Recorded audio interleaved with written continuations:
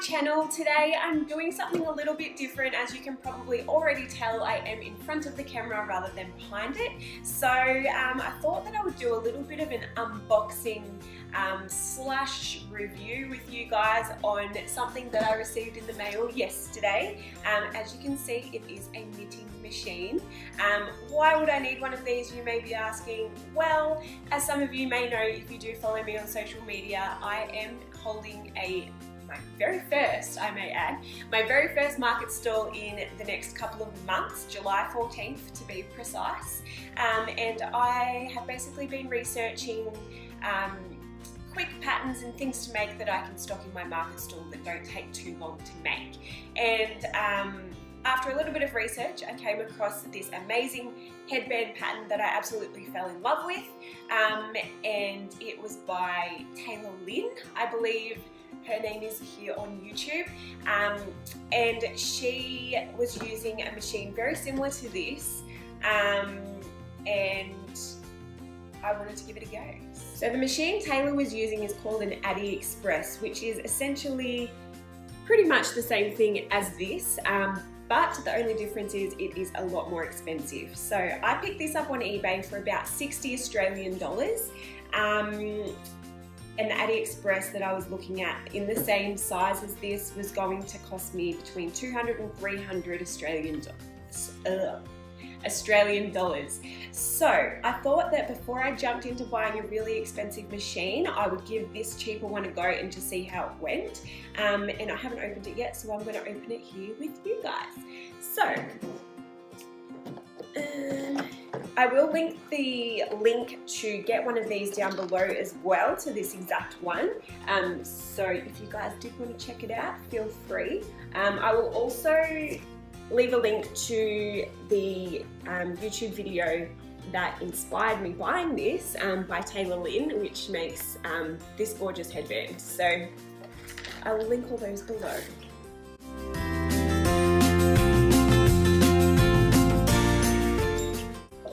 Alright, so this is what it looks like when you take it out of the box. Let's just get rid of this for now. Okay, so this is what it looks like. So basically it looks like it comes with some instructions, which is great, and they're in English, that's a plus. I'm assuming these are like the legs to stand it on, and it comes with some yarn. Cute. Okay, so take this off. Alright, now just FYI, I have never used one of these before. The closest thing I've used to one of these is the round loom that you just do by hand. So just bear with me for a moment because I actually have no idea how this works. Okay, I'm assuming it goes this way because I think the yarn threads through this section here.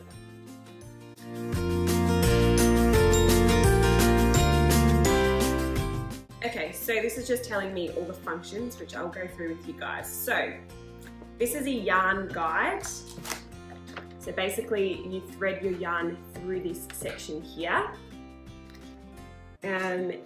48 hooks it has, so 48 little pegs going around. This is the handle that you wind to make your thing. It's got a row counter, which is really handy. The AliExpress does have one of these as well, but it's like a little digital one at the front. So when buying one of these, I did look and make sure that it had a row counter because otherwise it's impossible to keep track of your rows. So that's really handy. What else? Oh, it's got a tension lever, which I haven't attached yet, which goes into there. And then it's got a little switch at the side here, which has a P and a T. The P stands for panel knitting and the T stands for tube knitting. So cool. All right, let's try and set it up.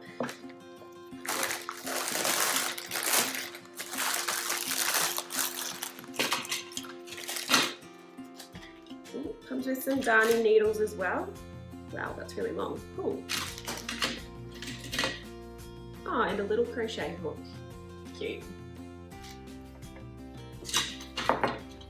a screwdriver. Interesting. Not sure what that's for, but I'm sure I'll figure it out. Oh, another darning needle. Okay, I believe this attaches to the front. Maybe I should read the instructions first. Okay, it's telling me to attach the legs first, so I'm going to flip this over. Oh no, it actually has a crack in it. It has a crack at the bottom.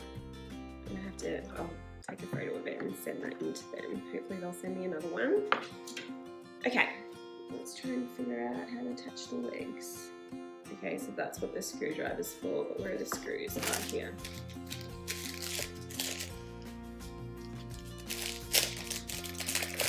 So it also comes with little suction caps, so you can suction it to your table, I'm guessing, so it doesn't move around, which is handy. Alright, and it comes with 4 little screws which help to attach the legs.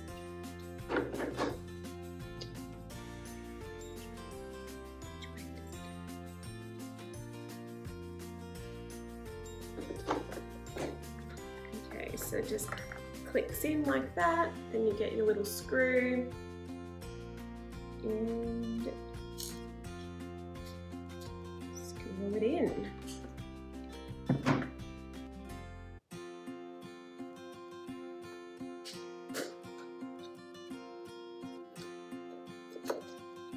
Oh, amazing. The screwdriver is magnetic, so you won't lose your screw. Perfect.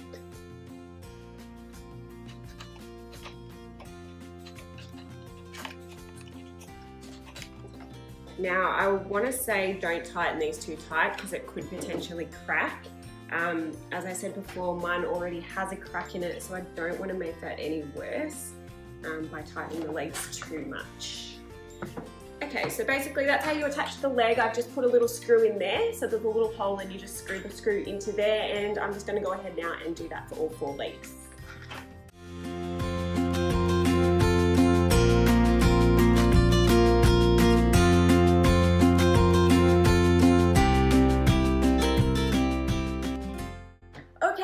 I've attached all the legs, so hopefully it sits straight. Perfect. So far so good. I'm not going to put my suction caps on just because I don't think I really need them yet. I might change my mind later on once I start using it, but for now I'm just going to leave them off. So it's telling me to put them on. Alright, I'll just put them on. So they just basically clip into the bottom of the feet.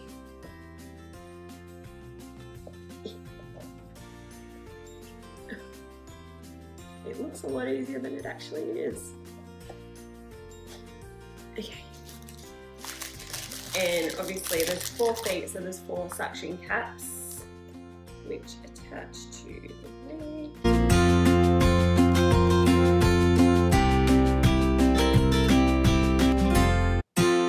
Okay, so my suction caps are on, and that might keep it a little bit more sturdy. Perfect. Okay, what is next?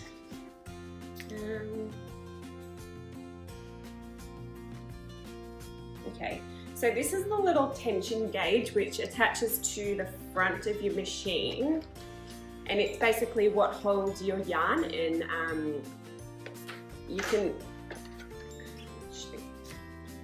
So see how it's got 3 little holes there? So obviously the closer you have your yarn to your machine will be looser, and then it gets tighter as you move it along. So this just attaches into here, which I'll do it and then I'll turn it around and show you guys.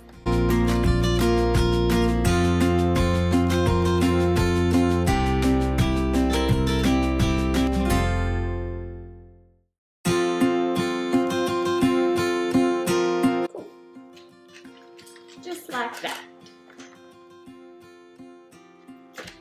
Perfect. Alright, I think that's pretty much all the pieces put together, so that was easy enough. Now I just have to figure out how to thread it and actually get started. So, from the video I watched, I believe, yeah, see how there's one white pin there? So all these are pink, but here is a white one. So I'm pretty sure from what I've seen on other machines, this white one always has to be at the beginning here when you start.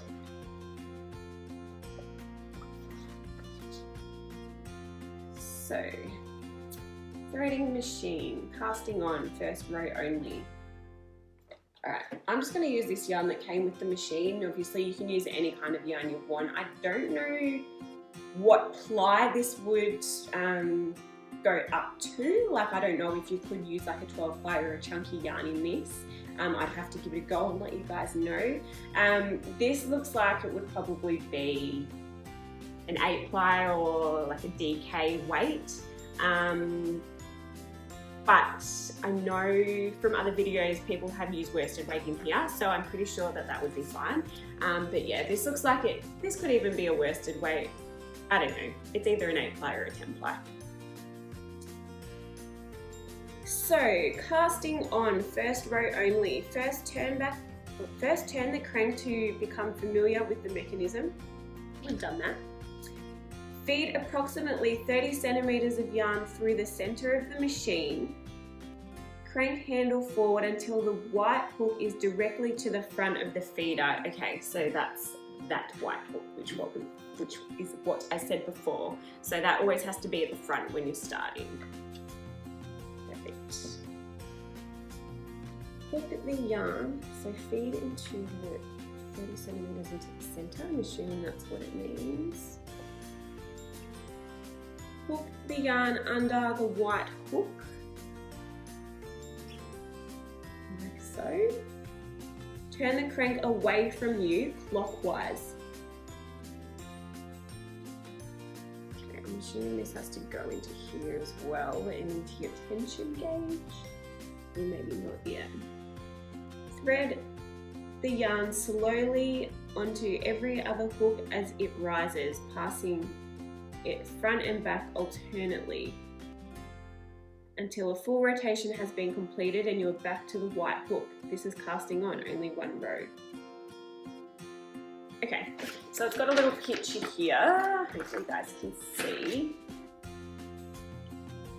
which is what it's talking about. So basically you're just winding the yarn in and out of these loops, from what I can gather from this.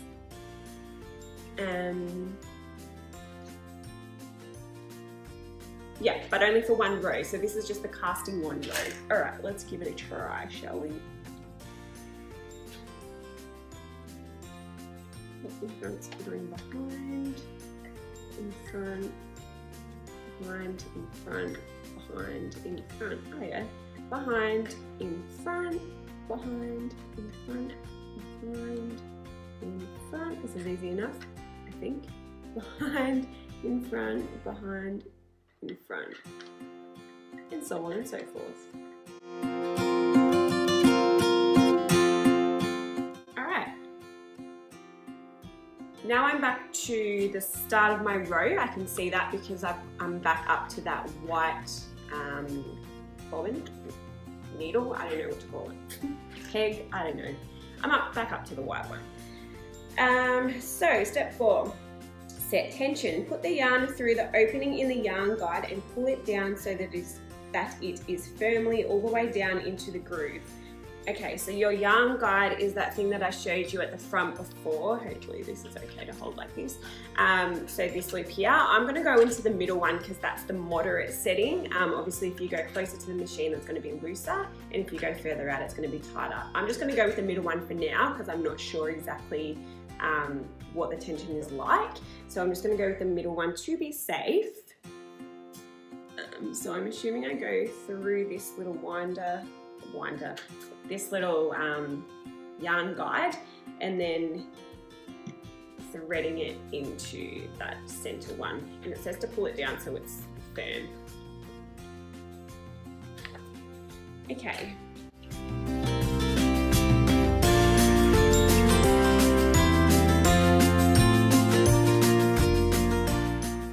From what I can gather from this is the chunkier your yarn, the less tension you should need. So I'm going to say if this is like a medium weight yarn, so like a worsted weight, you probably want to go the medium setting.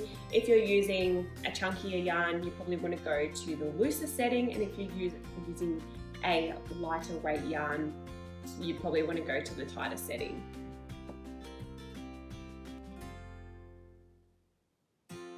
Yes, so it's got a little diagram here saying tight, moderate, loose, and tightest. So there is a few different ways that you can thread your yarn depending on what you want your tension to be. As I said, I'm just going to go with the moderate for now because I haven't used it before and I'm just getting used to it. So we're just going to go to the safe side and do moderate. And I think we're good to go. So this is what it looks like so far. I'm not sure why exactly it told me to thread 30 centimeters into the middle. For me, that's a bit of a waste of yarn because if I was making something, that's just like a dead end, you know what I mean?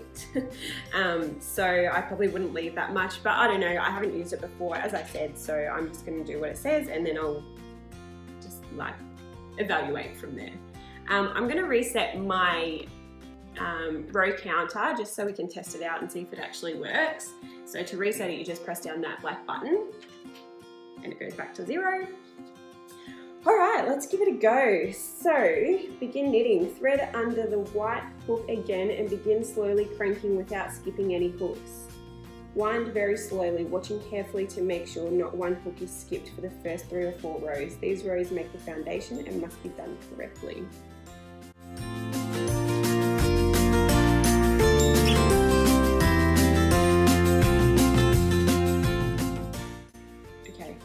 I think I just turn this and it works, but let's see.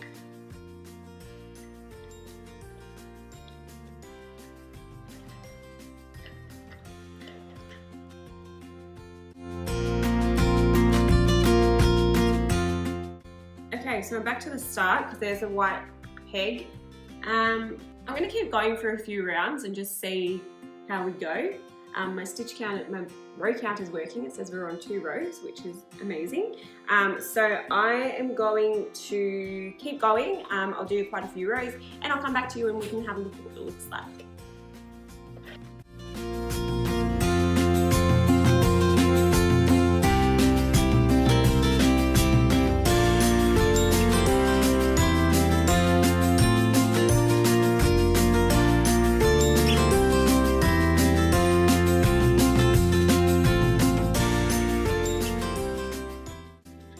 So I've done 15 rows now. It looks really good. It looks like it's coming along nicely.